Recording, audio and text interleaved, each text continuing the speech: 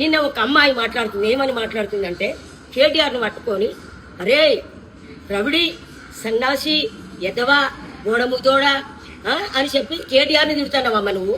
ఏ హక్కుతోటి తిడుతున్నావు కేటీఆర్ను? అరే పోరా రారా పోరా అని చెప్పి తిడుతున్నావు. ఏ అధికారంతో తిడుతున్నావమ్మ నువ్వు? ఎక్కడో మీటింగ్ వెళ్ళినట సీఎంని తిట్టిండట కేటీఆర్. అది ఎప్పుడో జరిగితే నువ్వు నిన్న మొన్న తిడతావు కేటీఆర్ని పట్టుకొని. ఒక ఇలువ లేదా ఒక సీఎం కొడుకంటే? మాజీ సీఎం వాళ్ళు కష్టపడింది తెలంగాణ వచ్చిన అదమ్మా, కష్టపడింది తెలంగాణ వచ్చినవా? వరే సువ్వరు అని మాట్లాడతాను. అవును, నీకు ఏమైనా తెలివి ఉందా? నీకు ఏమైనా సభ్యత సంస్కారం ఉందా? నువ్వు అసలు ఆడదానమేనా?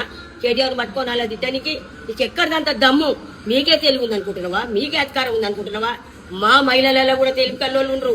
కానీ ఎందుకంటే వద్దు, అసలు ఒక్కొద్దు కాలు కడుకొద్దని మీరు వరితే మేము ఉర్రొద్దని ఉరుతున్నాం. ఒక్కొక్కడికి ఒక తీరుగా మాట్లాడుతుండు. ఏ మాటలు మాట్లాడుతుండ్రు? సంస్కారం నేర్చుకోరు సమాజంలో. ఇలా మీరు అధికారంలో ఉన్నారనా? ఎప్పటికీ కూడా అధికారంగా మనకు అధికారం శాశ్వతం కాదు, 5 ఏళ్లదే. కానీ పగలు ప్రతీకారాలు వద్దు. నువ్వు కేటీఆర్ పట్టుకొని అలా తిట్టుడు మాత్రం చాలా తప్పు, చాలా రాంగు. అంతకు డబల్ తిడతాం మేము.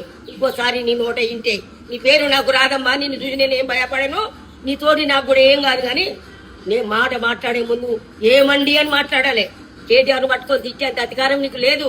తెలంగాణ ఉద్యమకారులు వాళ్ళు ఉద్యమం, తండ్రి కొడుకులు ఉద్యమం చేసి తెలంగాణ తెచ్చి ప్రజలను 15 ఏళ్ళు 14 ఏళ్ళు పబ్లిక్ ను వాళ్ళు ఇవాళ సేవ చేసిన వాళ్ళు తండ్రి కొడుకులను ఎంత పడితే అంతే ఆడవాళ్ళు మూవాళ్ళు మీరు ఏం చేసినని అన్ని చేసినది టీఆర్ఎస్ పార్టీ అయితే ఏం చేయని వాళ్ళు మీరు బాగా నేర్చుకోని మాటలు ఇప్పటి నుంచి అని చెప్తున్నా. జై తెలంగాణ, జై కేసీఆర్.